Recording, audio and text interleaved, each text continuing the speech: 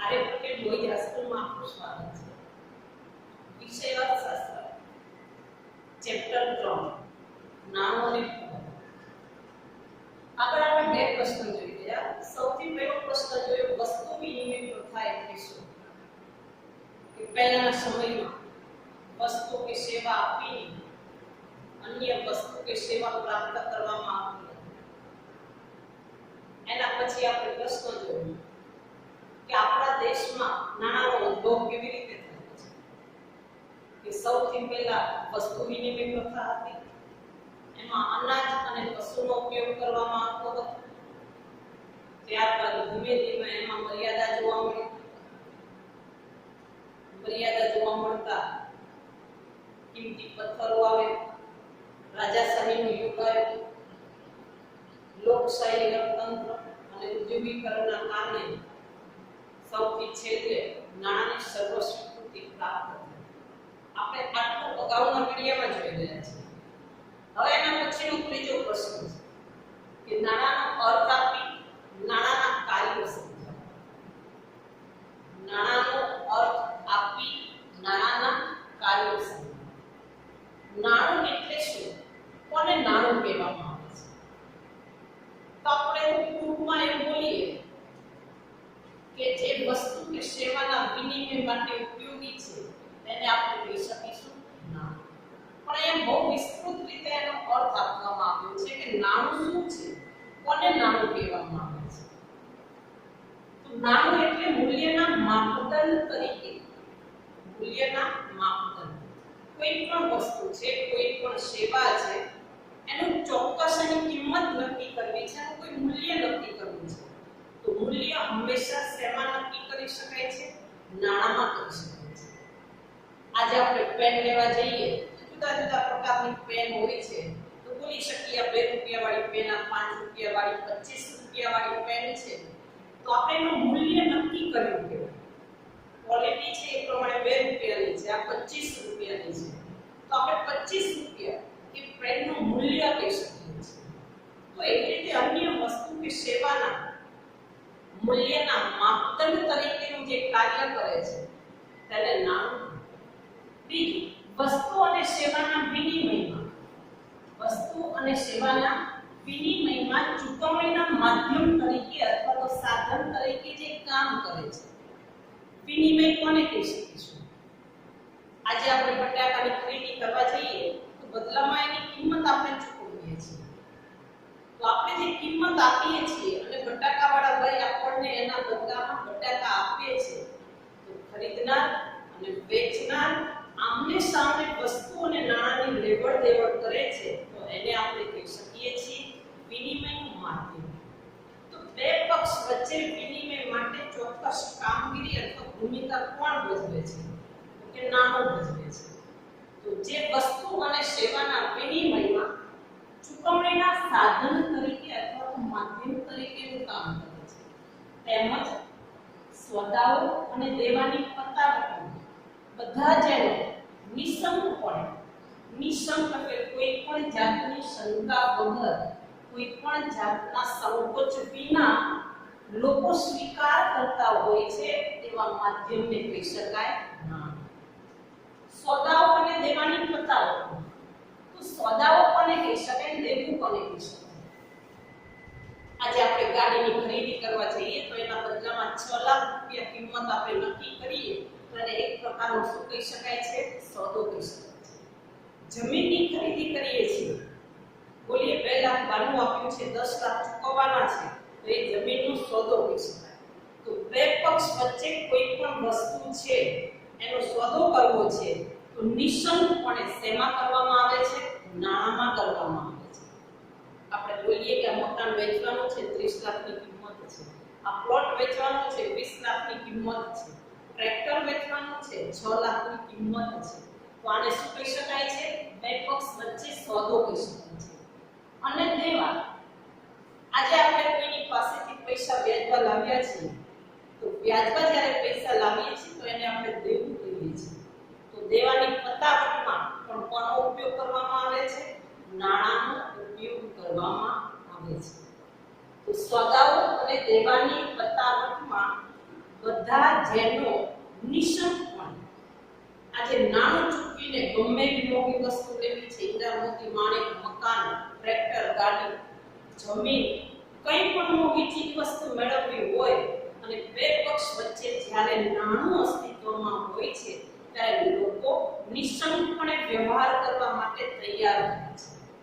તો લોકો જ્યારે નિશંકપણે જેને વચ્ચે રાખીને વ્યવહાર કરવા તૈયાર થાય છે તેને આપણે કહી શકીએ છીએ નાણું.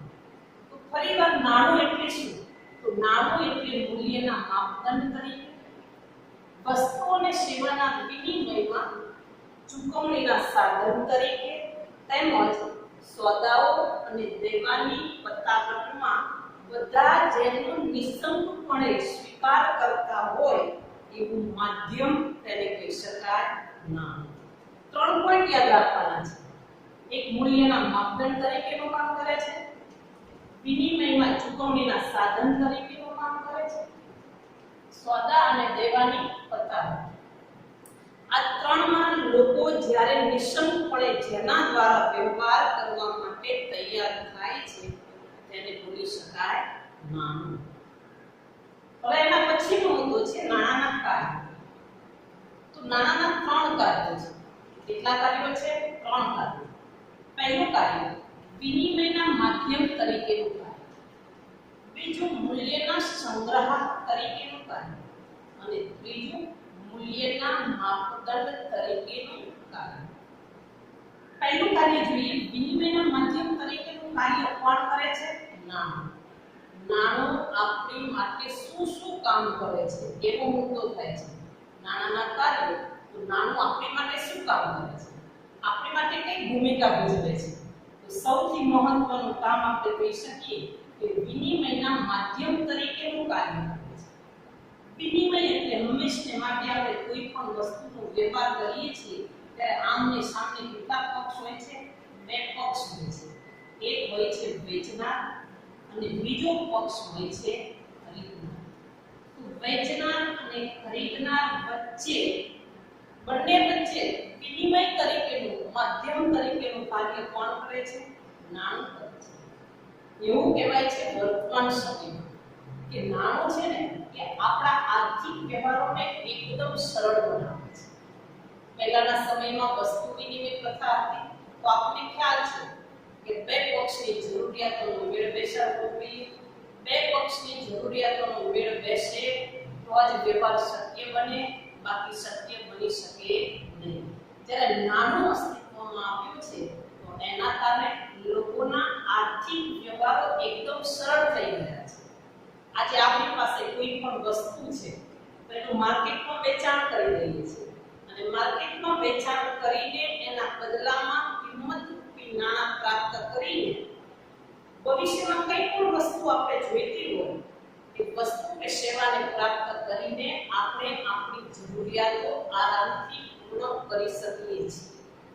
તો નાણું આપણી માટે સૌથી બેસ્ટમાં બેસ્ટ એ કામ કરે છે કે આપણા જે આર્થિક વ્યવહારો છે, વસ્તુ કે સેવાની ખરીદી અને વેચાણ, એ આર્થિક વ્યવહારોને એકદમ સરળ બનાવવાનું કામ કરે છે.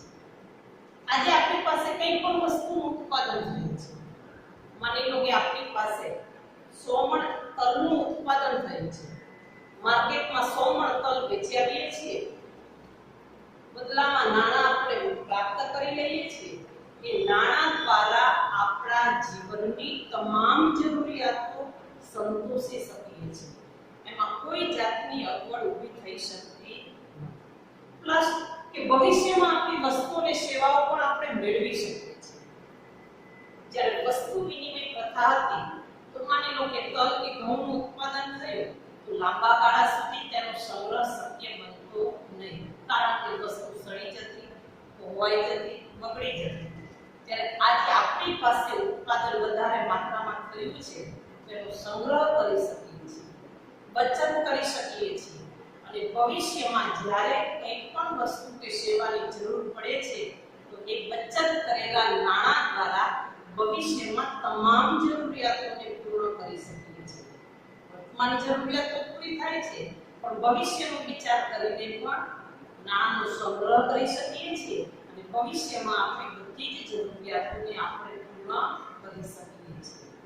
નાણું અસ્તિત્વમાં આવતા અર્થતંત્રમાં બે પક્ષ વચ્ચે જે આર્થિક વ્યવહારો થાય છે એમાં વધારે સરળતા આપણને જણાય છે. પહેલું કાર્ય છે વિનિમયના માધ્યમ તરીકેનું. બીજું કાર્ય છે કે મૂલ્યના સંગ્રાહક તરીકેનું કાર્ય. પહેલા તો એવું બનતું કે વસ્તુનો સંગ્રહ લાંબા ગાળા સુધી થઈ શકતો નહીં. વસ્તુ ખોવાઈ જાય, સડી જાય. માની લો કે પશુનો ઉપયોગ કરવામાં આવતો, પશુ પણ ક્યારેક બીમાર પડે, એનું મૃત્યુ થાય, તો એમાં વધારે અનુકૂળતા જણાતી નહીં, એમાં અગવડતા જોવા મળતી. જ્યારે નાણું અસ્તિત્વમાં આવી ગયું છે તો આપણી પાસે કોઈ પણ વસ્તુ કે સેવા છે એનું વેચાણ કરીએ છીએ, બદલામાં નાણાંને પ્રાપ્ત કરીએ છીએ અને નાણાંને સરળતાથી સંગ્રહિત કરીને રાખી શકાય છે. નાણું ભારેખમ નથી એટલે એનો સંગ્રહ કરવામાં વજનની દ્રષ્ટિએ કોઈ તકલીફ ઊભી થતી નથી. નાણાંનો જથ્થો પણ ઓછો હોય છે, એનું કદ પણ વધારે હોતું નથી, તો એનો સંગ્રહ કરી શકીએ છીએ. એમાં પણ વધારે કોઈ જગ્યાની જરૂર જણાતી નથી. તો નાણાંનો સંગ્રહ કરી શકાય. કોઈ પણ ચીજ વસ્તુ કે સેવા આપણી પાસે છે, માર્કેટમાં વેચી શકીએ છીએ અને એના બદલામાં નાણું પ્રાપ્ત કરીને નાણાંનો સહી સલામત રીતે સંગ્રહ થાય છે. એમાં કોઈ અગવડતા ઊભી થતી નથી. નાણું વિલંબિત ચૂકવણીનું માધ્યમ બન્યું છે. વિલંબિત ચૂકવણી. તો આજે આપણે માર્કેટમાં કોઈ પણ વસ્તુ ખરીદીએ છીએ, માની લો કે દુકાનદાર વેપારીને આપણે ઓળખીએ છીએ, કદાચ 25 તારીખે વસ્તુની ખરીદી કરવા ગયા ત્યારે આપણી પાસે નાણું નથી, પૈસા નથી, મહિનો પૂરો થાય કે પગાર આવવાનો છે, તો અત્યારે આપણે એની પાસેથી નાણું નથી છતાંય વસ્તુ ખરીદી શકીએ છીએ, ઉધારમાં વસ્તુ લઈ શકીએ છીએ. અને જ્યારે આપણી પાસે આવક આવે છે ત્યારે પાછળથી વિલંબિત એટલે વસ્તુ લીધા પછી થોડા સમય પછી નાણાંની ચૂકવણી કરી શકાય છે. તો નાણું અસ્તિત્વમાં આવ્યું છે તો દરેક વસ્તુની ચોક્કસ કિંમત નક્કી કરી શકાય, એનું મૂલ્ય નક્કી કરી શકાય છે અને વિલંબિત ચૂકવણી પાછળથી એની ચૂકવણી કરી શકાય છે. તો નાણું આવતા વિલંબિત ચૂકવણીનું માધ્યમ પણ અસ્તિત્વમાં આવ્યું છે. બીજું નાણાંનું કાર્ય જોવા મળે છે મૂલ્યના સંગ્રાહક તરીકેનું કાર્ય. હવે ત્રીજા નંબરનું કાર્ય છે મૂલ્યના માપદંડ તરીકેનું કાર્ય. માપદંડ એટલે ચોક્કસ કોઈ માપ કાઢવામાં આવે તેને કહેવાય માપદંડ. આજે દૂધ હોય, પાણી હોય તો આપણે એને લીટરમાં માપી શકીએ છીએ. કાપડ હોય તો એને મીટરમાં માપી શકાય છે. અનાજ હોય તો એને ગ્રામમાં માપી શકાય છે. એવી જ રીતે કોઈ પણ વસ્તુ કે સેવા છે એને માપવી છે તો એને માપવા માટેનો માપદંડ આપણને શું જોવા મળે છે? નાણું જોવા મળે છે. ચોક્કસ દરેક વસ્તુનું માપદંડ નક્કી કરી શકાય છે. માપદંડ નક્કી કર્યા પછી વસ્તુનું મૂલ્ય નક્કી કરીને આપણે માર્કેટમાં ખરીદી અથવા તો વેચાણ કરી શકીએ છીએ. તો નાણાંને કારણે વસ્તુ કે સેવા માટે કિંમતોનું તંત્ર કામ કરે. પહેલા તો એવું હતું વસ્તુ વિનિમય પ્રથામાં કે 2 કિલો ચોખા 1 કિલો એની સામે બાજરી આપવામાં આવે. કોઈ એક જોડી ચપ્પલ હોય તો એના બદલામાં 250 ગ્રામ ઘી આપવામાં આવે. ટૂંકમાં વસ્તુની સામે વસ્તુની આપ-લે થતી. જ્યારે આજે આપણા આર્થિક જગતમાં નાણું અસ્તિત્વમાં આવ્યું છે તો કોઈ પણ વસ્તુ કે સેવા હોય એની ચોક્કસ કિંમત નક્કી થાય છે અને જે કિંમત નક્કી થાય છે તો એ કિંમતનું તંત્ર કહી શકાય છે. વર્તમાન સમયમાં નાણું અસ્તિત્વમાં આવતા વસ્તુ કે સેવાની આપ-લે માટે કિંમતોનું તંત્ર કામ કરે છે. અને કિંમતોનું તંત્ર કામ કરે છે ત્યારે દરેકે દરેક લોકોને પોતાની વસ્તુ કે સેવા છે એના બદલામાં ચોક્કસ મૂલ્ય પ્રાપ્ત થઈ શકે છે. મૂલ્યની ગણતરી પણ સરળ બને છે. આજે બોલીએ કે 1 મીટર કાપડ છે તો એનો ભાવ 50 રૂપિયા. તો સીધી વાત છે કે 3 મીટર કાપડ લઈએ તો એના બદલામાં કેટલું મૂલ્ય ચૂકવવાનું? 150 રૂપિયા. જ્યારે વસ્તુ વિનિમય પ્રથા અસ્તિત્વમાં હતી ત્યારે ચોક્કસ એનું માપ કાઢી શકાતું નહીં.